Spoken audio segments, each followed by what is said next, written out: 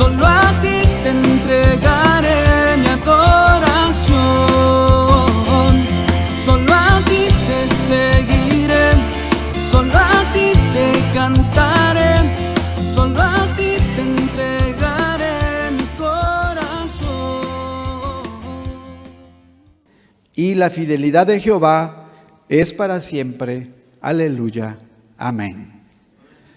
Amada Iglesia de Dios, bendecimos al Creador porque podemos dar testimonio que en estos días difíciles el Señor ha engrandecido su misericordia. Aquí estamos, hermanos. Gloria a Dios por eso. Solo por su gracia. Y celebramos, agradecemos, reconocemos, hermanos, al Creador del universo, al que nunca cambia, al que es, el que es y vive para siempre. Hermanos, me da mucho gusto poder saludarles y deseo que la paz de Dios habite con cada uno de nosotros. Paz a vosotros, hermanos. ¿Quieren ser tan amables, hermanos, de ponerse de pie? Y miren que me resulta raro decirles, dirigirme a ustedes, porque ya teníamos casi 2 años de no vernos en nuestras reuniones. Pero damos gracias a Dios que esta sesión de invierno, a todos nuestros hermanos también que nos están mirando a través de las redes sociales, son bienvenidos. Y hermanos, vamos a unirnos todos como iglesia para que este tiempo sea un momento de reconocimiento, de gratitud, porque es cierto, hay sentimientos de dolor, de tristeza, hay hermanos que no están con nosotros. Pero a pesar de todo eso, creemos que Dios, hermanos, Él sana, Él acompaña, Él restaura, Él conforta. Él seguirá haciendo, hermanos, lo propio para que su iglesia siga adelante. Gloria a Dios. Así que vamos entonces, hermanos, a iniciar nuestra sesión de invierno de este 2021 y vamos a hacerlo dando gracias a Dios, poniéndonos en sus manos.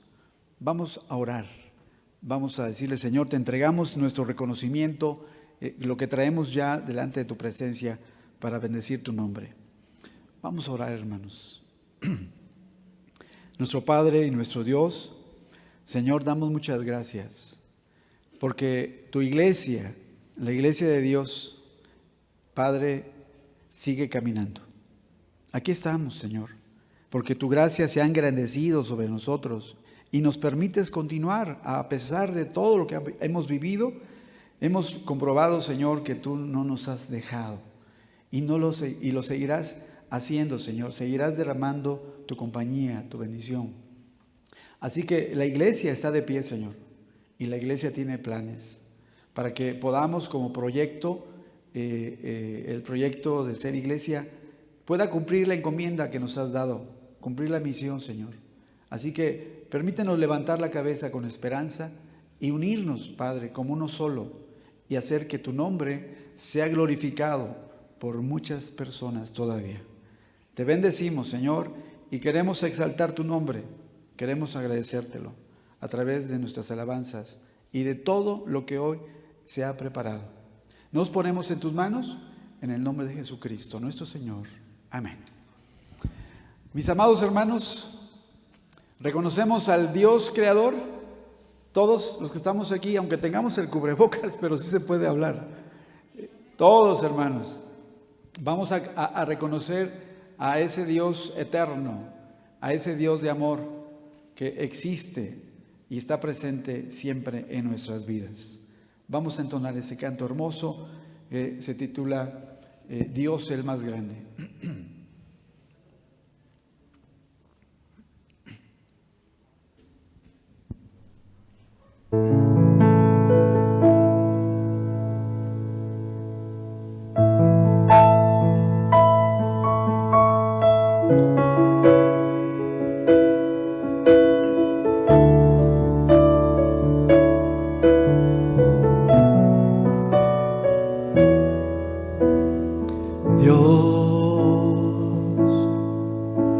Más grande y digno de alabar. Yo Yo vengo a tu presencia a adorar. Yo doblo mis rodillas ante ti.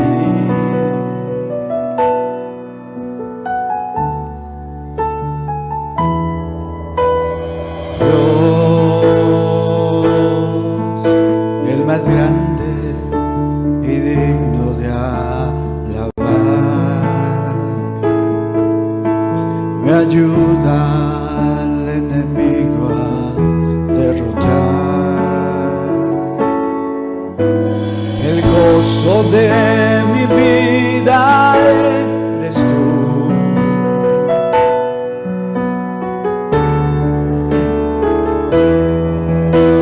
Señor, yo quiero levantar mi voz. Quiero agradecerte por tu obra en mi vida. Señor, confío en tu grande amor. Solo tú eres Dios eterno, solo tú transformas mi ser.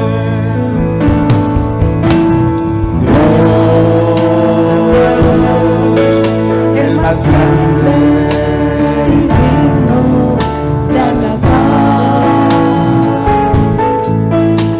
Yo vengo a tu presencia a adorar. Yo doblo mis rodillas ante ti.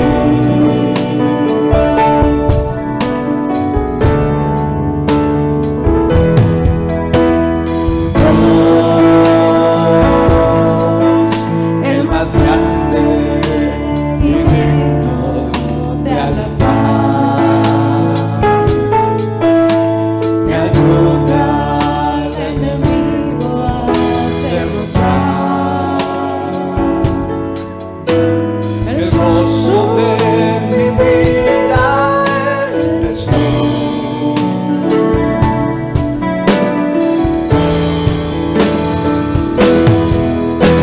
Señor, yo quiero levantar mi voz. Quiero agradecerte por tu obra en mi vida. Señor, confío en tu gran amor. Solo tú eres Dios eterno, solo tú transformas mi ser. Señor, yo quiero levantar mi voz. Quiero agradecerte por tu obra en mi vida. Señor, confío en tu gran amor. Solo tú eres Dios eterno, solo tú transformas mi ser. Solo tú eres Dios eterno, solo tú transformas mi ser. Solo tú eres Dios eterno, solo tú transformas mi ser.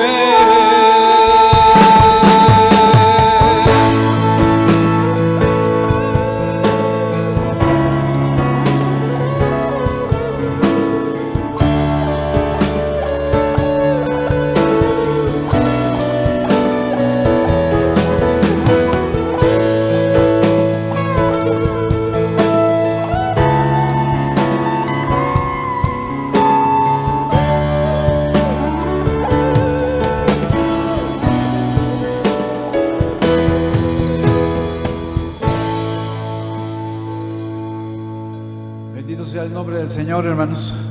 Amén. Todos los que estamos aquí, de una manera u otra, tenemos algo que contar acerca de Dios, hermanos. En menor grado, mayor grado, el Señor ha mostrado su poder, sus maravillas, y nosotros lo contamos. Nosotros, hermanos, lo participamos para aquellos que necesitan reconocer al Señor. Así que vamos a entonar ese canto. Has aumentado, Señor, tus maravillas en nuestras vidas, en todo lo que vivimos cada día. Con alegría, digámosle al Señor.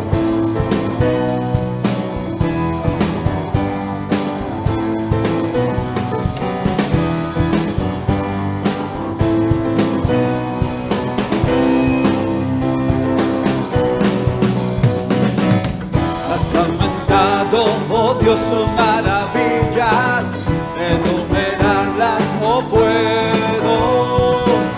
Si lo anunciaré y hablaré de ellas, no hay tiempo para terminar. Has aumentado, oh Dios, tus maravillas, y ya no puedo contarlas. Misericordia, en mi boca estará. Grandes son tus obras, poderío y majestad. Tuyo es todo imperio, toda gloria y potestad. Grande es tu dominio, el universo lleno está de tu poder.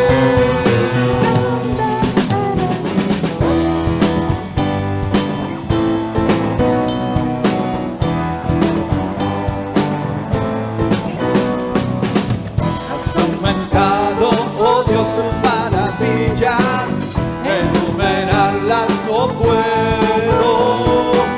Si lo anunciaré y hablaré de ellas, no hay tiempo para terminar. Has aumentado, oh Dios, tus maravillas, y ya no puedo contarlas. Misericordia me das día tras día, tu canto en mi boca estará. Grandes son tus obras, poderío y majestad. Tuyo es todo imperio, toda gloria y potestad. Grande es tu dominio, el universo lleno está de tu poder. Grande eres. Grandes son tus obras, poderío y majestad. Tuyo es todo imperio, toda gloria y potestad. Grande es tu dominio, el universo lleno está de tu poder. Grande eres. Grandes son tus obras, poderío y potestad. Tuyo es todo imperio, toda gloria y potestad. Grande es tu dominio, el universo lleno está de tu poder. Grande eres tú.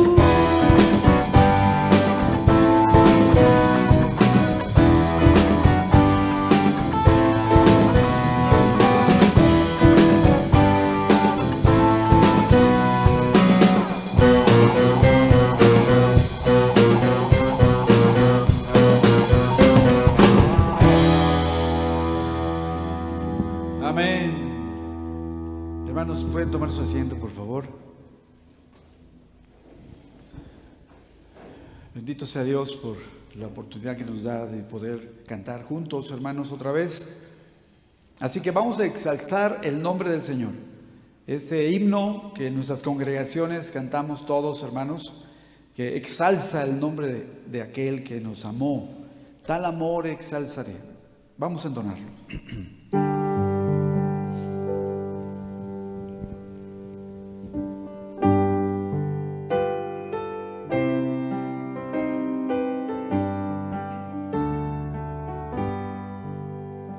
Canto el magno amor de aquel que primero a mí me amó, pues dejó su gloria allá y en el Gólgota murió.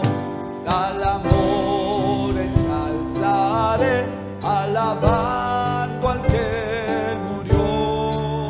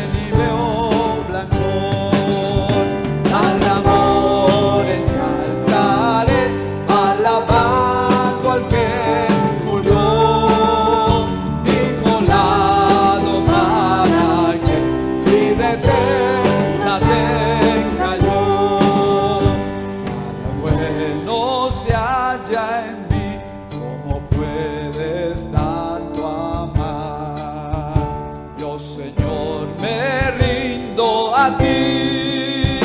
Hazme pues, mi amor, mostrar. Al amor ensalzaré, alabando al que murió, inmolado para que vida eterna tenga yo. Amén. Bendito sea Dios. Hermanos, hoy, en esos días, en esos tiempos, hemos confirmado nuestra fragilidad, hermanos.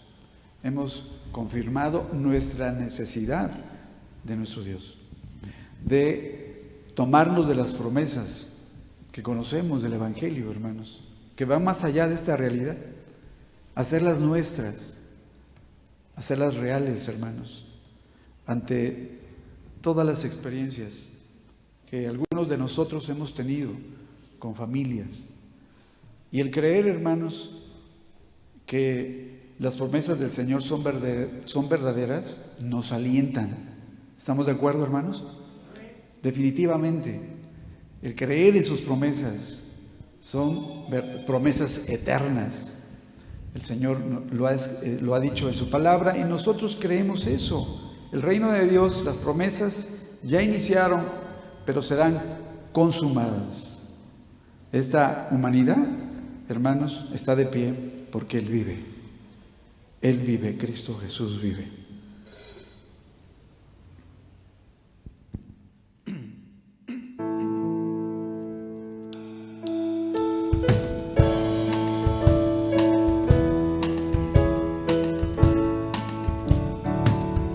Dios nos envió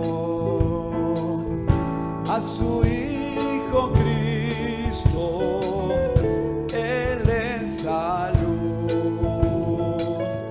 paz y perdón, vivió y murió por mi pecado, vacía está la tumba porque Él triunfó, porque Él vive, triunfaré mañana, porque Él vive, ya no hay temor, porque yo sé que el futuro es suyo, la vida vale más y más solo por Él. Grato es tener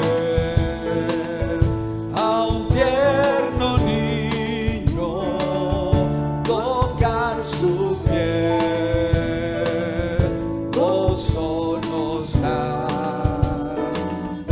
Pero es mejor la dulce calma que Cristo el Rey nos puede dar. Porque Él vive, porque Él vive, triunfaré mañana, porque Él vive, ya no hay temor, porque yo sé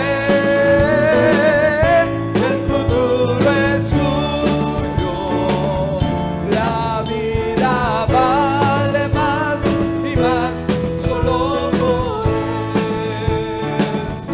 Yo sé que un día el río cruzaré con el dolor, batallaré y al ver la vida triunfando invicta, veré gloriosas luces y veré al Rey. Porque Él vive, triunfaré mañana, porque Él vive,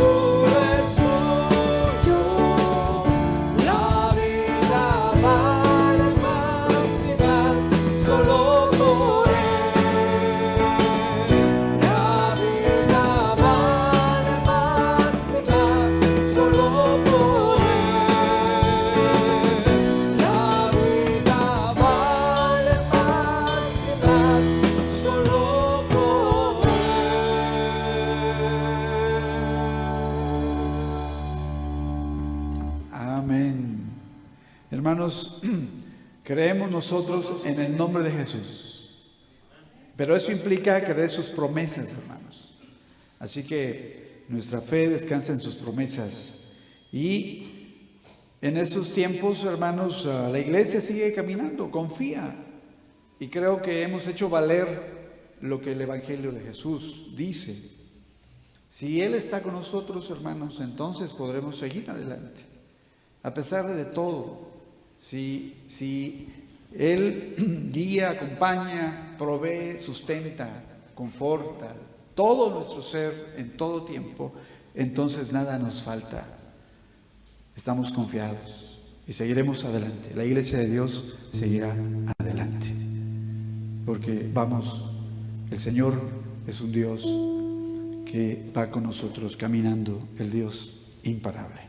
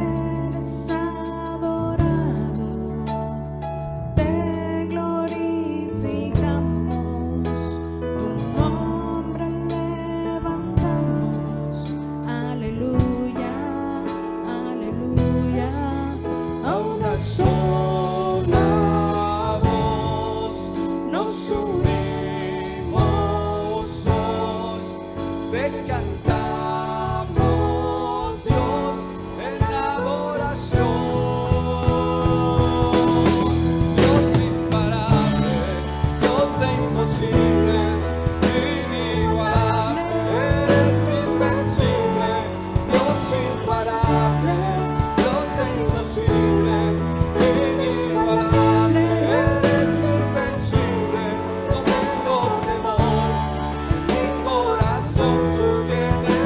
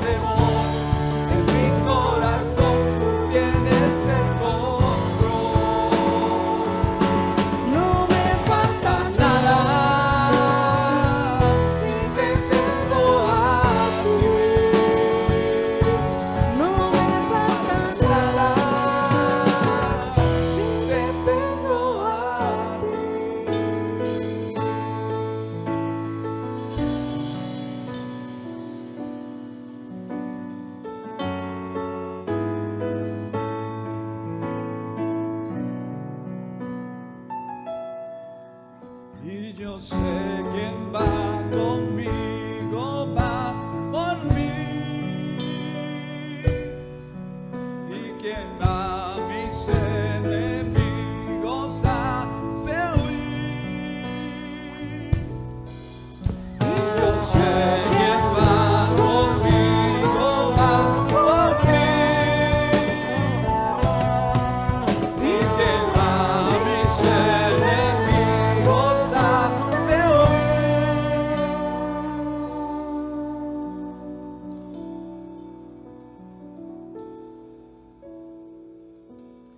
Dios imparable, Dios de imposibles, inigualable, eres invencible. Dios imparable, Dios de imposibles, inigualable, eres invencible. No tengo temor en mi corazón, tú tienes el control. No tengo temor en mi corazón, tú tienes el control. No me falta nada si te tengo a ti. No me falta nada si te tengo a ti. No me falta nada si te tengo a ti. No me falta nada, porque te tengo a ti. Amén.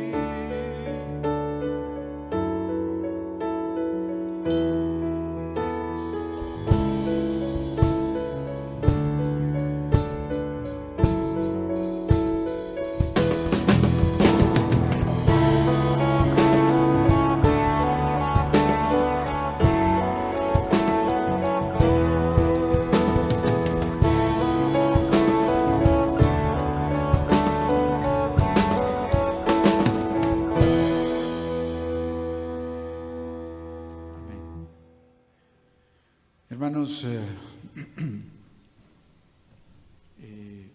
lo personal, bueno, varios familiares míos, por esa situación, ya descansan, ya duermen. Pero yo estoy seguro que algunos de ustedes también enfrentaron esos momentos difíciles, hermanos. Son sentimientos difíciles, pero que solo desde la fe, hermanos, desde la fe en el Señor podemos enfrentar y descansar en Él, refugiarnos en Él. Y yo quiero invitarles que podamos declarar: Señor, si tú no fueras conmigo, si tú no fueras mi refugio, donde yo me guardo, donde yo me apoyo, no sabría cómo enfrentar estos tiempos difíciles. Así que yo le ruego que podamos, para culminar este tiempo de adoración al Señor, decirle: Señor, tú eres mi dulce refugio. Y si puede ponerse de pie, hermano, le invito, por favor.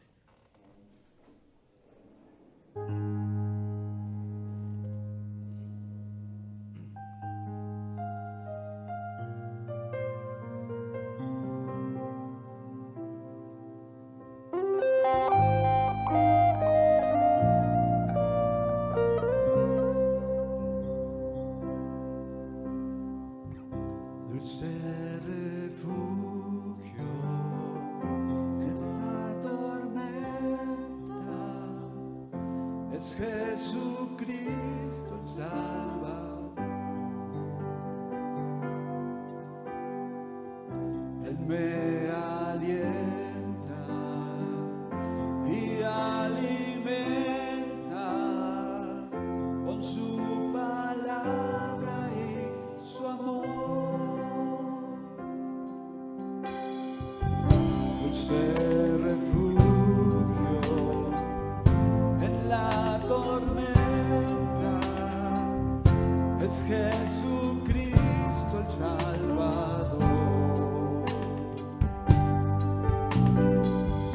Él me alienta y alimenta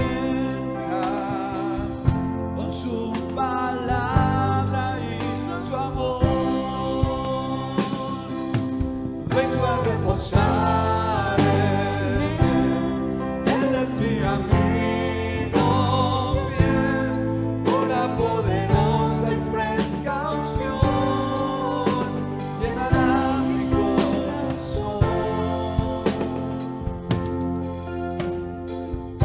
Dulce refugio en la tormenta es Jesucristo el Salvador. Él me alienta y alimenta con su palabra y su amor. Vengo a reposar en Él. Él es mi amigo fiel, una poderosa y fresca unción llenará mi corazón. Vengo a reposar en Él. Él es mi amigo fiel, una poderosa y fresca unción llenará mi corazón. Dulce refugio en la tormenta es Jesucristo el Salvador. Es Jesucristo el Salvador. Es Jesucristo el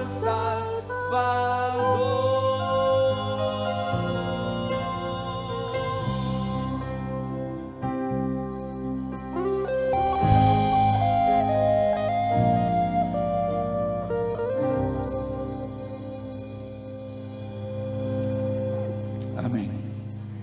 Bendito sea el Señor. Muy bien, hermanos.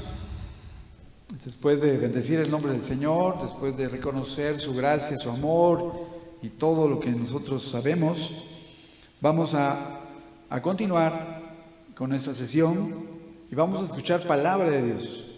Esta palabra que nos mantiene, nos sostiene siempre en nuestra vida. Así que vamos a orar, hermanos, para poner en las manos del Señor a nuestro hermano ministro Raúl Quintero Ancona. Vamos a orar.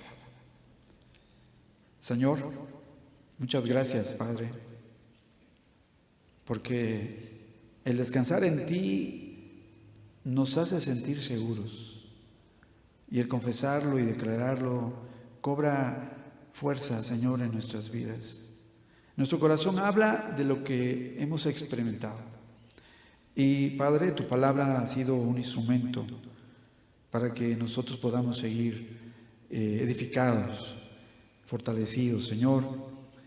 Y hoy permite que la iglesia, como proyecto tuyo, Señor, tú nos confirmes a través de tu palabra.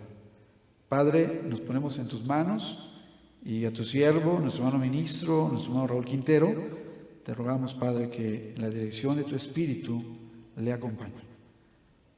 Por favor, escucha nuestro ruego en el nombre de Jesucristo. Amén.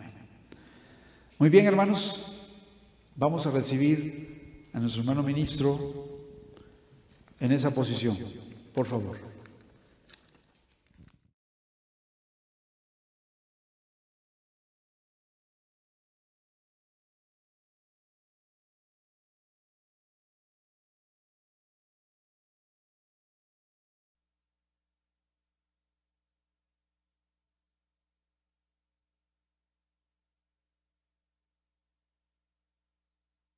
Las clases del seminario en línea y a toda la iglesia, a todos los que se han conectado, que Dios les bendiga grandemente y que esta mañana la palabra nos hable poderosamente a todos. Tomen su lugar, por favor, acomódese allá en casa.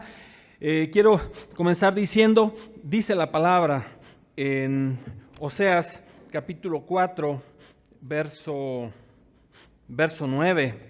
Dice que así como es el sacerdote, así será el pueblo. Y hay otras versiones que dicen, mire, de tal sacerdote de tal pueblo, tal sacerdote, de tal sacerdote, tal pueblo. Y los que hacen los sacerdotes, el pueblo también lo hace. De tal manera que es muy importante cuando el Señor quiere tocar a la iglesia, el Señor quiere tocar al pueblo, toca a los líderes, toca a aquellos que están al frente, como usted el día de hoy que se ha inscrito, que está presente o está en línea porque se interesa en comprender, en conocer, en profundizar la palabra de Dios, porque también le interesa no ser un estanque, sino un río que fluye y que alcanza a los demás, porque cuando el Señor quiere cambiar a su pueblo, toca a los líderes y pone bastante énfasis en ellos.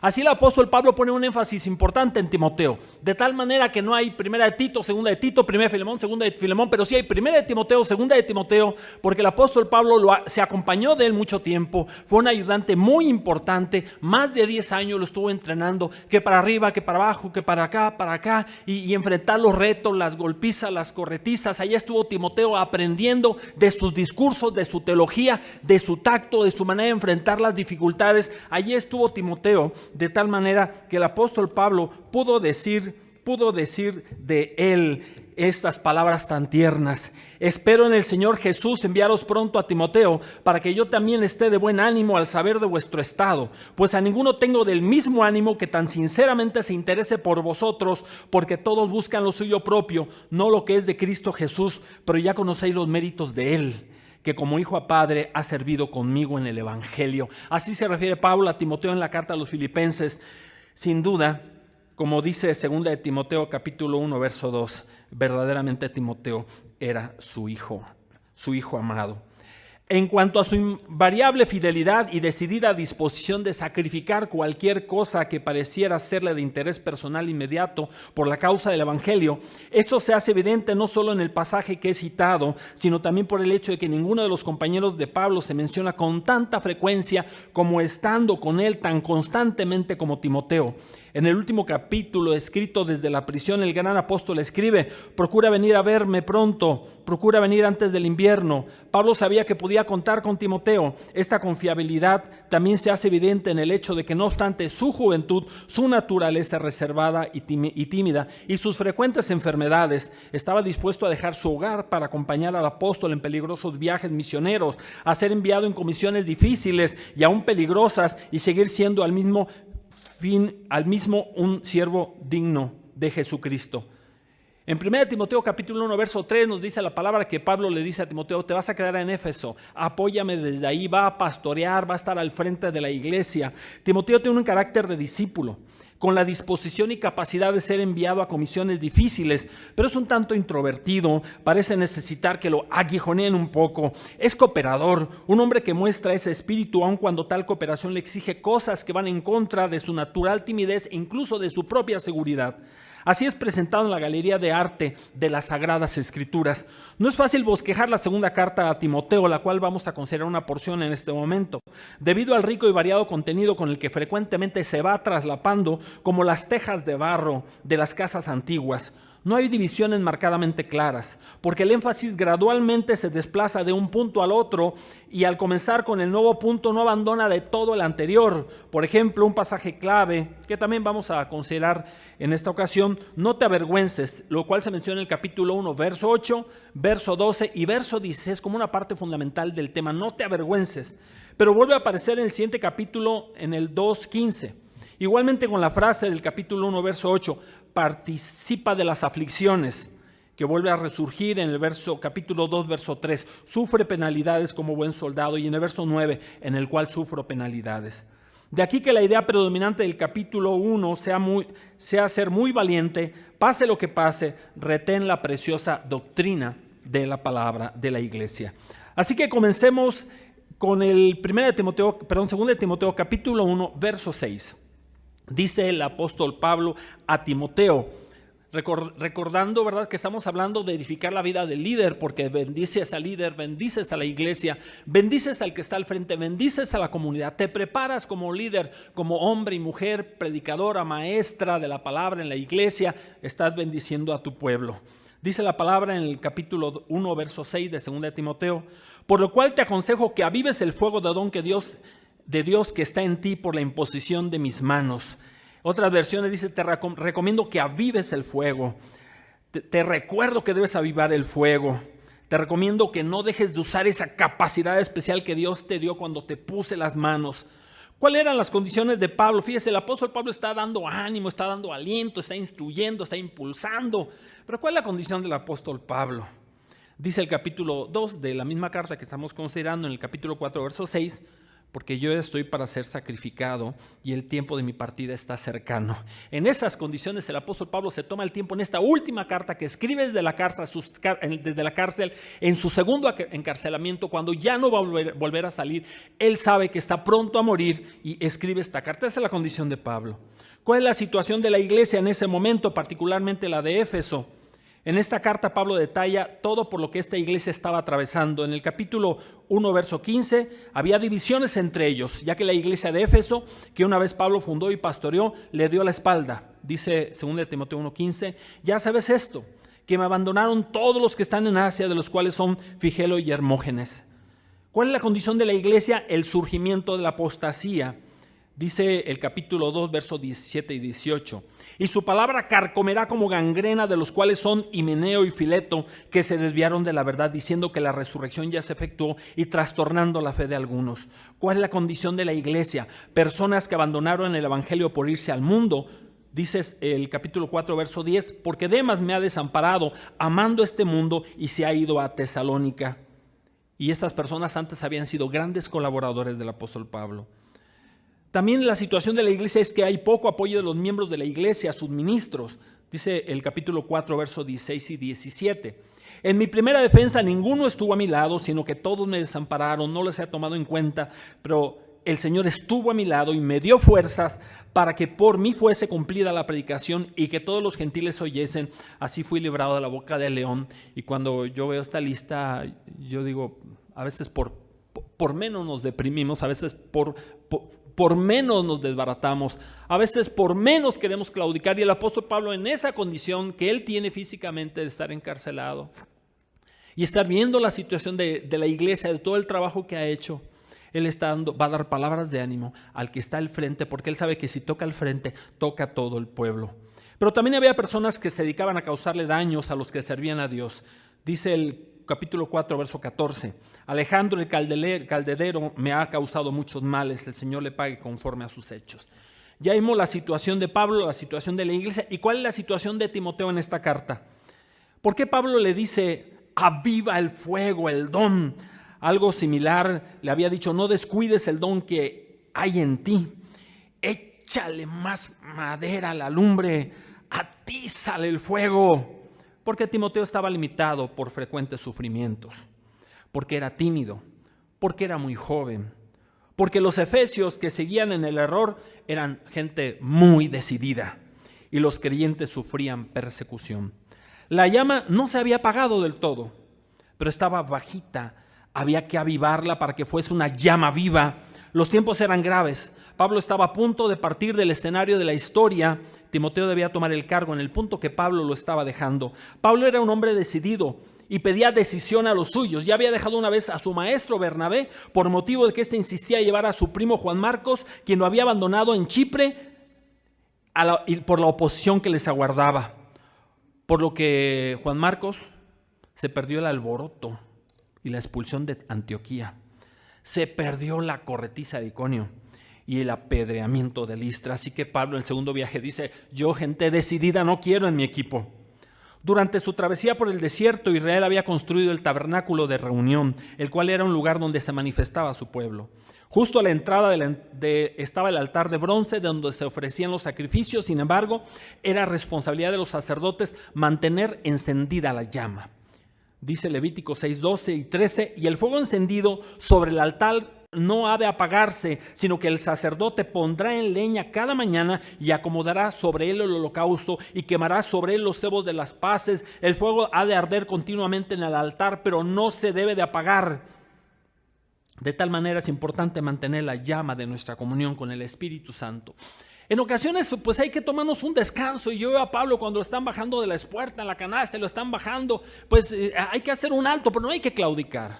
Veo al rey David con Gad haciéndose a loco, ¿verdad? Porque lo quieren matar, pero hay que tomarte un respiro, pero no hay que claudicar, hay que retornar, hay que regresar para conquistar lo que está bajo nuestra mano. De igual manera, entonces, nuestra llama no se debe apagar. nuestra comunión con el Espíritu Santo, aún más si somos servidores de su gracia.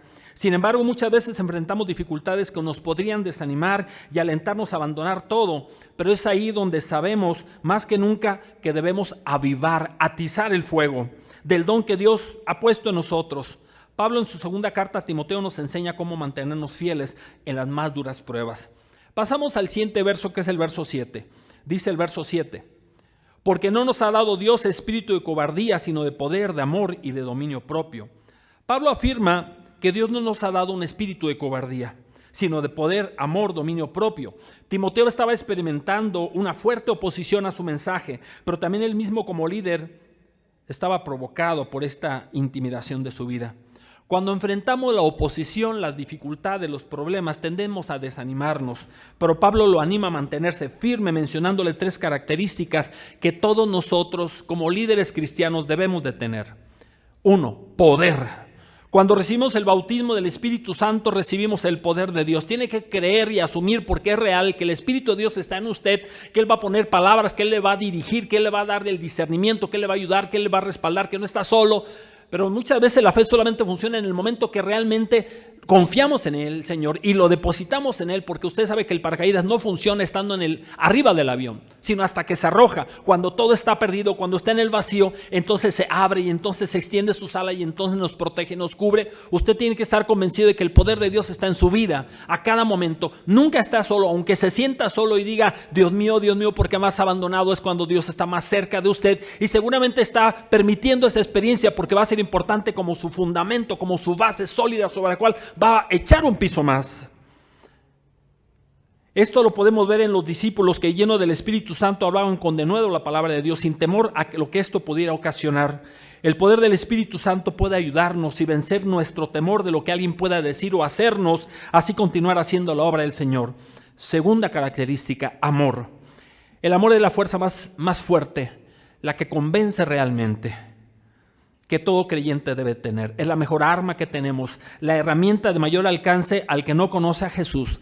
El amor es sufrido. Esto significa que debemos tener la capacidad de soportar con amor cualquier dificultad u oposición que las personas nos presentan en la vida. A su vez, dice 1 Juan 4:18, el amor echa fuera el temor. Tercero, dominio propio, gobernabilidad, limitar los apetitos de la carne. Autocontrol, la capacidad de dominar nuestro temperamento, nuestras emociones, nuestra lengua, nuestros apetitos y pasiones. Si queremos vivir de tal forma que honre a Dios y sirva a las personas de la mejor manera posible, tenemos que aprender a autocontrolarnos. Dice Proverbios 25:28, como ciudad derribada y sin muro es el hombre cuyo espíritu no tiene rienda. Quizá tengamos que revisar dónde nos cuesta más ejercer el control de nuestra persona y ponerlo bajo el gobierno de Dios. Pero recuerde que finalmente cuando el apóstol Pablo está hablando a Timoteo, le está diciendo: Dios ya hizo su parte, ahora tú atízale. Dios ya hizo tu parte, tienes que comprender qué áreas tienes que apuntalar y tienes que edificar y tienes que consolidar. Si estuviéramos parafraseando este pasaje, el verso 7, diríamos: querido hijo Timoteo, combate esta tendencia tuya de tener temor. El Espíritu Santo que te ha sido dado a ti y a mí y a todo creyente no es el espíritu de timidez, sino de poder, de amor, de disciplina personal. Benefíciate de ese poder dinamitoso, sin límites, que nunca falta, librando la batalla contra la cobardía. ¿Cómo? Tomando la iniciativa. Verso 8.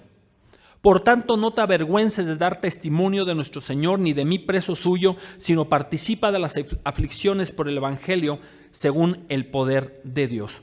Timoteo no tiene excusa legítima. El don de Dios está en él. No debe avergonzarse el Evangelio, lo que significa que debe estar orgulloso de él. Pablo no se siente prisionero, dice el pasaje. Él no se siente prisionero de Nerón, aunque le pareciera que así fuera. Él se siente preso por causa de nuestro Señor Jesucristo. Esto lo menciona Pablo en varias ocasiones cuando escribe cartas desde la cárcel. Por ejemplo, en Efesios 4:1 dice: yo pues preso en el Señor. No dice preso por Herodes, preso por el Imperio Romano, preso pues porque me faltó la fe y me agarraron, preso pues porque no fui suficiente rápido y me escondí. Dice preso en el Señor Jesucristo y se siente orgulloso de la misma manera que cuando lo agarraron en Filipo Y él en la cárcel, en lugar de reclamar, de abandonar, de claudicar, de quejarse, está junto con Silas cantando, alabando a Dios, convirtiendo a los otros presos. Yo pues preso en el Señor, dice Efesios 4, ¿no? Filemón 1:1, Pablo prisionero de Jesucristo. Filemón 1:9, más bien te ruego por amor, siendo como soy Pablo ya anciano y ahora además prisionero de Jesucristo. No se sentía víctima de las circunstancias, era protagonista de ellas. ¿Usted se acuerda cuando Pablo está siendo llevado preso hacia Roma en el barco y hay momentos de turbulencia y hay marineros que quieren abandonar el barco y el apóstol Pablo no parece un preso, parece el capitán? Dice, hey, cuidadito se vayan ellos porque entonces todo se va a perder. Muchachos, Dios me visitó esta noche y nos dijo que comamos, así que comamos todos. Y se ve en control de las circunstancias. La expresión preso suyo no solamente significa que Pablo había sido puesto en prisión por la defensa del evangelio de nuestro Señor, sino también que todo lo que correspondía a su encarcelación estaba seguro de que estaba en las manos de aquel que dispone sobremaneramente sobre los destinos. Así que cuando enfrentes turbulencia, dificultades, no claudiques, no te quejes, no eches culpa, me está dejando más fuerte, me está dejando más sólido, es una experiencia más, me deja más curtido, me ha sacado filo. Para seguir diciendo, sino en comunión conmigo, le dice a Timoteo, sufre aflicciones por el evangelio, según el poder de Dios. Timoteo debía estar dispuesto a sufrir maltrato, al igual que Pablo. Esto no era un privilegio que ellos podrían buscar por sí mismos, sino por el poder de Dios venía hacia ellos. Tenían el privilegio de dar testimonio, de ser mártires, de sufrir. Era un privilegio, un honor, un grande honor. Este poder infinito los capacitará, si fuera necesario, hasta la muerte. Muchos fueron los testigos radicales que participaron de tan singular privilegio. Usted se acuerda, en la palabra por lo menos se menciona a los dos importantes mártires, que es Esteban y que es Jacobo, el mayor, uno muerto por la turba judía, el otro muerto por Herodes, que dice que pensó que iba a tener más fama y por supuesto que la tuvo matando a un discípulo de los grupos cercanos a Jesús. Muchos fueron estos testigos radicales que participaron de tan singular privilegio del martirio. Un erudito del siglo XV de nombre Juan Fox recopiló esta historia en su libro, el libro de los mártires, y por poner un ejemplo dice al respecto. En el libro, la primera persecución de la iglesia tuvo lugar en el año 67 bajo Nerón, el sexto emperador de Roma. Este monarca reinó por espacio de 5 años de una manera tolerable, pero luego dio rienda suelta al mayor desenfreno y a las más atroces barbaridades. Entre otros caprichos diabólicos, se ordenó que la ciudad de Roma fuera incendiada, orden que fue cumplida por sus oficiales, guardias y siervos, mientras la ciudad imperial estaba en llamas. Subió a la torre de Mecenas tocando la lira y cantando el cántico del incendio de Troya, declarando abiertamente que deseaba la ruina de todas las cosas antes de su muerte. Además del gran edificio del circo, muchos otros palacios y casas quedaron destruidas. Varios miles de personas perecieron en las llamas o se ahogaron en el humo o quedaron sepultados bajo las ruinas. Este terrible incendio duró varios años. Cuando Nerón descubrió que su conducta era intensamente censurada y que era objeto de un profundo odio, decidió inculpar a los cristianos. A su vez, para excusarse, para aprovechar la oportunidad, para llenar su mirada con nuevas crueldades. Esta fue la causa de la primera persecución y las brutalidades cometidas contra los cristianos fueron tales que incluso movieron a los mismos romanos a compasión por los cristianos. Nerón incluso refirió sus crueldades e inventó todo tipo de castigos contra los cristianos que pudieran inventar la más infernal imaginación. En particular hizo que algunos fueran cosidos en pieles de animales, atándolos para echarlos a los perros hasta expirar. A otros los vistió de camisas atiezadas con cera, atándolos a los postes y los encendió en sus jardines para iluminarlos. Esta persecución fue general por todo el imperio romano, pero más bien aumentó que disminuyó el espíritu del cristianismo. Así como aquellos que pensaron que al matar a Jesucristo iban a acabar con sus movimientos y darse cuenta que la sangre de Jesús iba a regar, iba a hacer crecer, y entonces tuvieron exactamente el efecto contrario. Fue durante esa persecución que fueron martirizados Pedro y Pablo. El pastor David Guzik dice en la actualidad hemos esterilizado a Jesús, hemos desinfectado la cruz para que todo sea seguro. Pero el tiempo en el que Pablo escribió esto era realmente extraño, una locura, seguir a un hombre crucificado y llamarlo Salvador. Verso 9. Dice la palabra, quien nos salvó y llamó con llamamiento santo, no conforme a nuestras obras, sino según el propósito suyo y la gracia que nos fue dada en Cristo Jesús antes de los tiempos de los siglos. La naturaleza de Dios es ser salvador. Su propósito, llamarnos con vocación santa. Dios nos ha librado del mayor de todos los males y nos ha puesto en posesión de la mayor de todas las bendiciones. Pero al salvarnos nos hizo receptores de su misión, de un llamamiento santo. Porque se revela la santidad de Dios y nos llama a santidad. Dice la palabra, porque escrito está, sed santos porque yo soy santo. Esto lo dice en 1 de Pedro, replicando un pasaje del Antiguo Testamento. Nos lleva a una tarea santa y a una condición de santidad y virtud eterna. Pero en cuanto a la base jurídica y a su glorioso motivo, este llamamiento no fue conforme a las obras del ser humano, sino según su propósito, según su gracia, el cual es un pensamiento recurrente en las epístolas de Pablo, particularmente en Romanos y en Gálatas. Porque la salvación no está basada en nuestros logros, sino en el propósito soberano de Dios, en su sabiduría, en su corazón. Gracia significa que es algo que nos es dado y no puede ser ganado. Además, la gracia es antes que nuestra respuesta. La gracia precede a nuestras obras, pero no las excluye, lo que significa que somos objetos de su amor desde mucho antes de darnos cuenta, desde mucho antes de existir en el tiempo. Así como un arroyo de corriente continua fluye, fluye, fluye y fluye, pero incluso aún antes de que existiera ese arroyo estábamos incluidos en el propósito de la gracia divina. Verso 10, dice así, pero que ahora ha sido manifestada por la aparición de nuestro Salvador Jesucristo, el cual quitó la muerte y sacó a la luz la vida y la inmortalidad por el Evangelio. Esta gracia nos ha sido dada, designada para nosotros antes del tiempo de la eternidad. Ahora ha sido revelada claramente por la manifestación y aparición de nuestro Señor Jesucristo.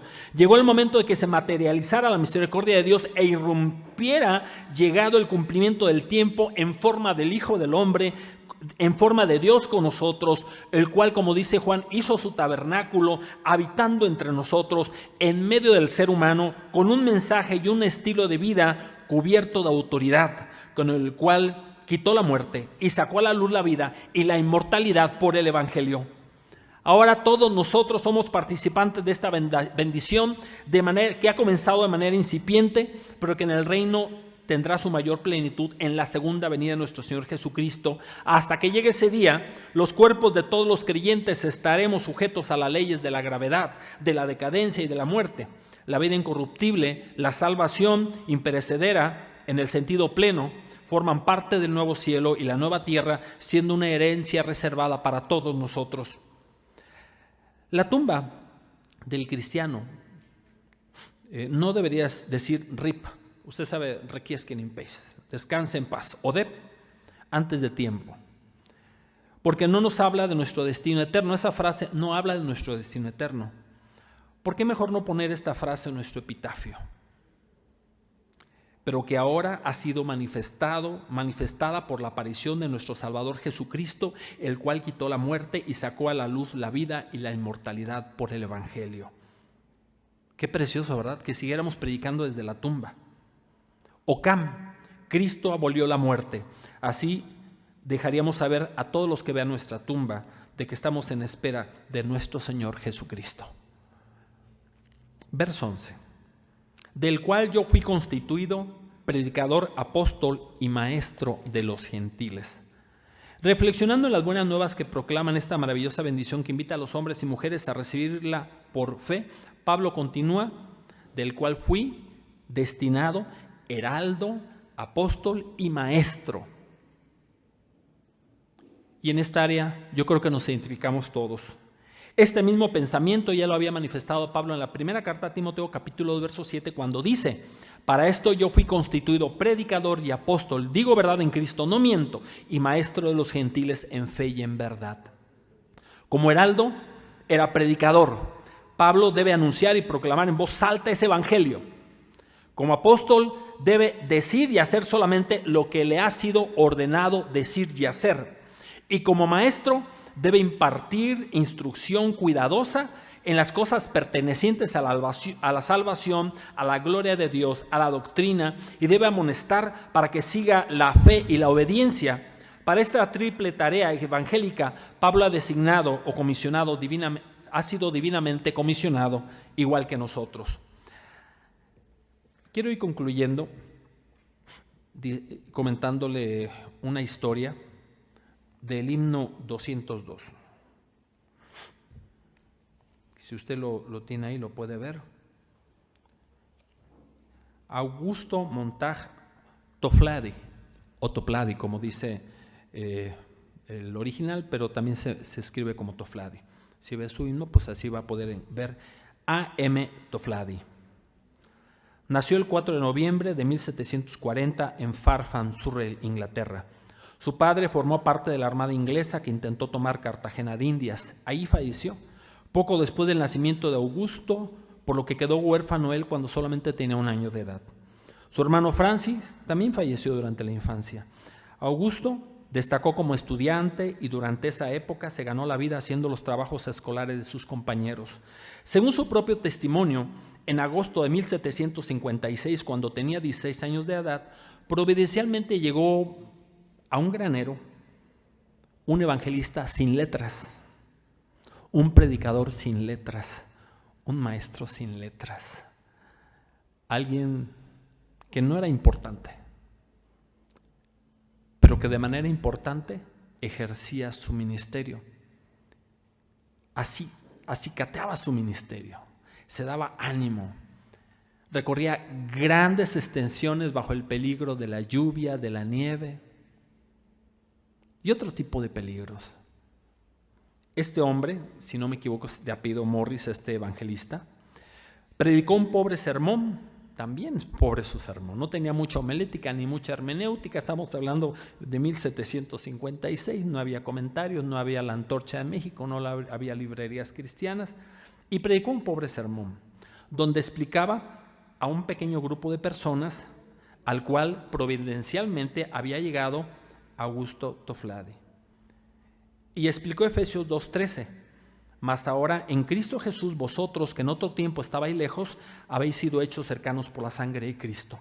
Este sermón lo impactó tanto que salió lleno de alegría, sintiendo que había sido llamado por la gracia de Dios.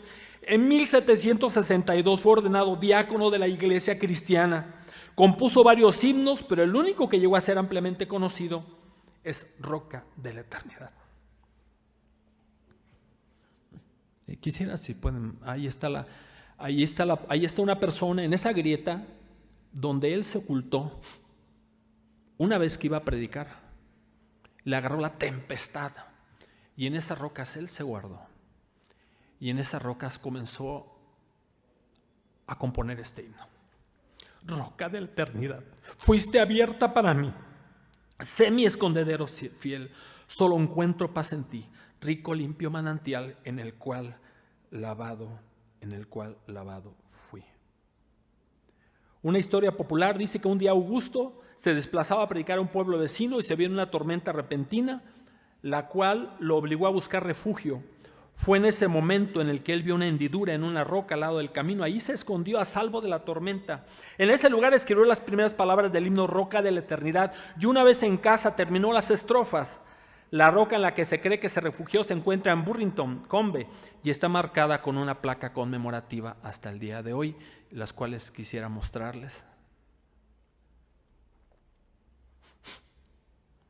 Puedes poner la que sigue, que es la más grande. Voy a leer lo que dice allá. Yo sé que los envidiosos van a pensar que yo puse la frase en inglés en el traductor de Google, pero voy a traducirla directamente, aquí la estoy viendo. Roca de los siglos. De esta roca deriva el nombre del conocido himno escrito en 1762 por el reverendo A.M. Topley, quien se inspiró en esta hendidura al llegar. Una tormenta. A veces hay tormentas en nuestra vida, como la que Timoteo estaba enfrentando solo en Éfeso. Y Pablo le da palabras de ánimo porque él sabe que si toca a Timoteo, si impulsa a Timoteo, bendice a la iglesia. Como hoy el Señor nos va a bendecir a nosotros, maestros de la palabra de Dios, predicadores, predicadoras, asesores de sociedades de departamento. En ocasiones es importante guardarnos en la hendidura mientras pasa la tormenta, pero no podemos quedarnos a vivir en la hendidura. Así como Pablo tuvo que bajar de esa ventanita en una canasta, imagínense el apóstol Pablo bajando, está huyendo. ¡Qué vergüenza, Pablo! ¡No te vayas, Pablo! ¡Quédate! ¡Defiende! Ay, David, David, qué feo te ves haciéndote al loco. Dice la palabra que le escurría la saliva por la barba. Pero tenía que esconderse, tenía que estar un alto momento. Pero cuando pase la tormenta, conquista el mundo. Cuando pase la tormenta, conquista tu mundo. Cuando pase la tormenta, haz tu labor, haz tu trabajo. No hay duda de que el autor se inspiró en la gran cantidad de versículos bíblicos que se refieren a Cristo como la roca y en las escenas de su sacrificio expiatorio. Tom Plate falleció de tuberculosis el 11 de agosto de 1778, a los 38 años. ¿Cuánto bien puede hacer un predicador? ¿Cuánto bien puede hacer una palabra a tiempo? Como líderes, predicadores, predicadoras, maestras y maestros, miembros activos de nuestra iglesia, como iglesia pues, debemos constantemente avivar el fuego del don que está en nosotros, empoderando la presencia de su Espíritu Santo con valor, en poder, en amor y en dominio de nuestros apetitos y de nosotros mismos para serle útiles. Sentirnos orgullosos y honrados del Evangelio de Jesús, portarlo con honor y sentirnos privilegiados cuando somos partícipes de alguna aflicción, no quejándonos, no, gloria a Dios, bendito sea Dios, porque hoy tengo una experiencia, hoy el Señor me ha afilado, hoy el Señor me ha templado, hoy el Señor ha gozado mi rostro. Cuando sufrimos aflicciones que nos llevan a ser testigos y dar testimonio de esta buena noticia por el poder que Dios nos ha dado. Nunca perdamos de vista nuestro llamamiento santo, su gracia merecida, la comprensión de la trascendencia eterna del ministerio que representamos y ejercemos cada día al predicar, al anunciar y al enseñar su santa palabra. Ejerzamos con pasión, destreza y autoridad el ministerio para el cual hemos sido llamados a favor de los nuestros, de la iglesia y de la sociedad de nuestro país. Porque dice la palabra, para que la multiforme sabiduría de Dios sea ahora notificada por la iglesia a los principados y potestades en los cielos, conforme a la determinación eterna que hizo en Cristo Jesús, Señor nuestro. Amén. Gloria a Dios, Él nos insta, Él nos anima a continuar hacia adelante y aún en medio de las persecuciones, de las dificultades, de las pandemias, de los recesos, de las cuestiones económicas difíciles. El Señor nos dice, anímate, acicatea el don que ha sido puesto en ti y vamos hacia adelante, porque el Señor sabe que si tú eres bendecido en este día, en esta sesión, va a ser bendecida toda su iglesia a nivel nacional. Que Dios les bendiga.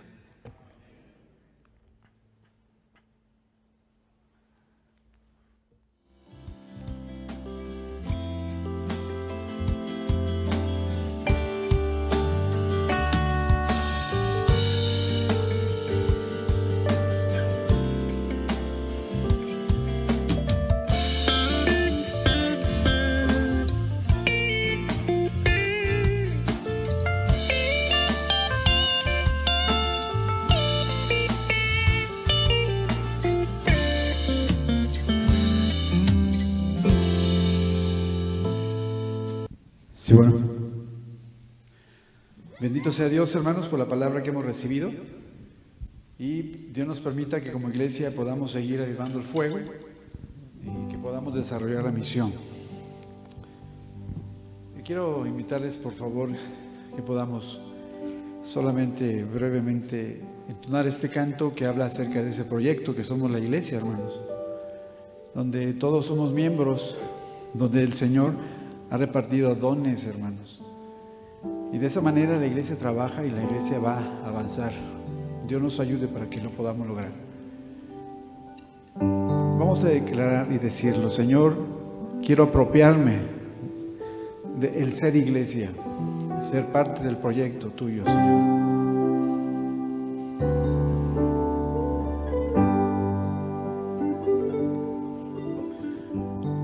Somos un cuerpo en Cristo, aleluya. Somos un cuerpo en Cristo, aleluya. Cuando estamos juntos, entre nosotros Jesús está. Cuando estamos juntos, hay poder, autoridad, en su nombre haremos proezas para el Señor, en su nombre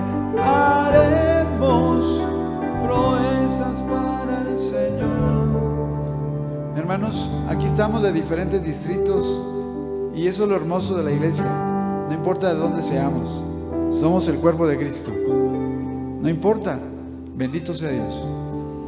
Y bueno, no voy a decir que se abracen porque bueno, me van a sancionar aquí. Pero sí puede extender su mano así. Somos parte del cuerpo de Cristo. Antes de orar a Dios y darle paso a nuestro hermano ministro, es usted, su hermano es parte del cuerpo. Somos parte del proyecto de Dios, hermanos. Y juntos vamos a seguir adelante. ¿Sí lo creemos así? Bien, entonces póngase de pie, por favor.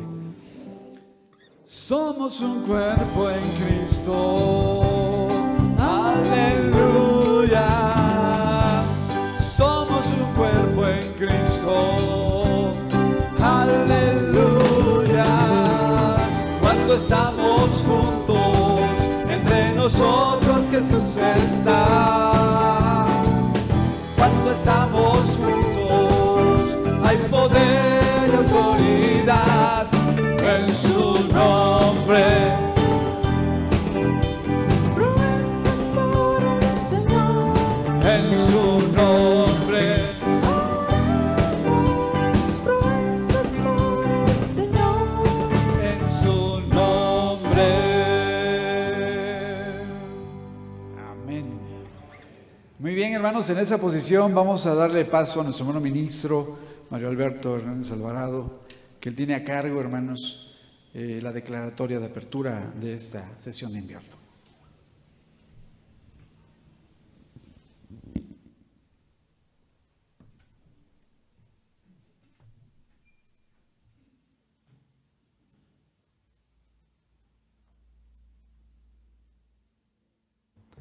Amados hermanos en Cristo Jesús, paz a vosotros.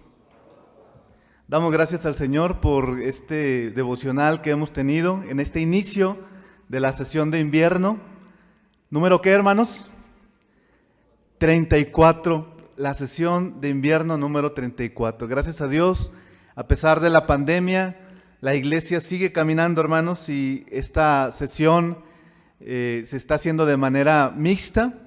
Una parte de la iglesia está aquí presente de manera presencial, otra parte de manera virtual.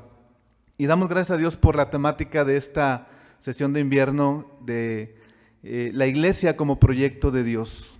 Así es que Dios, hermanos, cuando quiere hacer algo, nosotros también cuando tenemos algún propósito, queremos lograr algún resultado, creamos un proyecto para poder acercarnos a esa meta. Y la iglesia es el proyecto de Dios. La iglesia es la forma en la que Dios hará esta obra, hermanos, de salvación, de restauración, de consolación. Así es que somos parte de ella, hermanos. Yo quiero decirles que hace 23 años iniciamos una carrera, mi esposa y yo, de venirnos al seminario. Y yo doy gracias a Dios por eso, porque el día de hoy estamos cumpliendo 23 años precisamente de casados. Este día, y me da mucha alegría, hermanos, saber que Dios ha continuado con ese proyecto, así como en la vida de cada uno de ustedes. Dios hará, estábamos cantando en este momento, hará cosas grandes y maravillosas como pueblo de Él. Así es que vamos a orar, hermanos, y a poner en sus manos estos momentos tan especiales. Bendito Padre Celestial, te damos gracias, Señor, porque tu palabra nos ha alentado, Señor, a poder hacer las cosas que tú has puesto en cada uno de nosotros. Timoteo fue un joven, alguien que tal vez estaba en formación en un proceso en el que el apóstol Pablo fue importante para su vida. Te damos gracias, Padre, porque hemos encontrado en ti una razón de vivir. Somos instrumento tuyo, Señor. Tu iglesia ha sido tomada a través del amor que diste, Señor, a través de Jesucristo para todos nosotros. Hoy somos, Señor, no solamente tus hijos, sino que nos hemos convertido en parte de este proyecto, en parte de este sueño, Señor, de alcanzar a todo el mundo con tu palabra. Tu Espíritu Santo ha bendecido a la iglesia a través de la presencia tuya, Señor, en esa representación espiritual. Y tu iglesia sigue caminando, Señor, con esos dones, ministerios, talentos, pero sobre todo con ese enfoque, Padre eterno, de poder realizar las cosas que tú nos has llamado para tu gloria. Gracias, Padre eterno. Te bendecimos desde todos los rincones de la República Mexicana, donde nos estén viendo nuestros hermanos, y más allá de ella, desde este lugar, desde esta sede nacional de tu iglesia, Padre eterno, te damos gracias y ponemos en tus manos a todos los conferencistas, los predicadores, a todos los que van a participar en esta sesión, para que tú, Señor, a través de cada palabra vayas tocando, Señor, nuestro corazón y creando una conciencia para este proyecto que tú tienes en esta semana para nosotros. Te bendecimos, te damos gracias, Señor, alabamos tu nombre, en el nombre poderoso de Cristo Jesús, nuestro Señor y nuestro Salvador. Amén.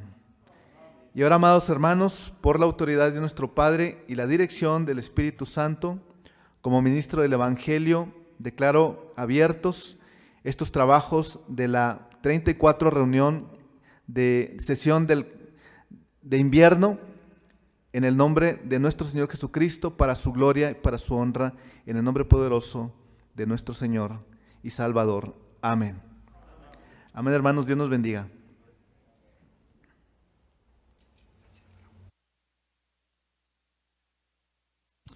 Muy bien, hermanos. Agradecemos a Dios este momento hermoso que hemos tenido de fraternidad, de convivencia espiritual. Y vamos, hermanos, a despedirnos. A nuestros hermanos que nos siguen a través del Facebook y de YouTube, les decimos que el Señor les bendiga. Fue un placer estar con ustedes. Paz a vosotros.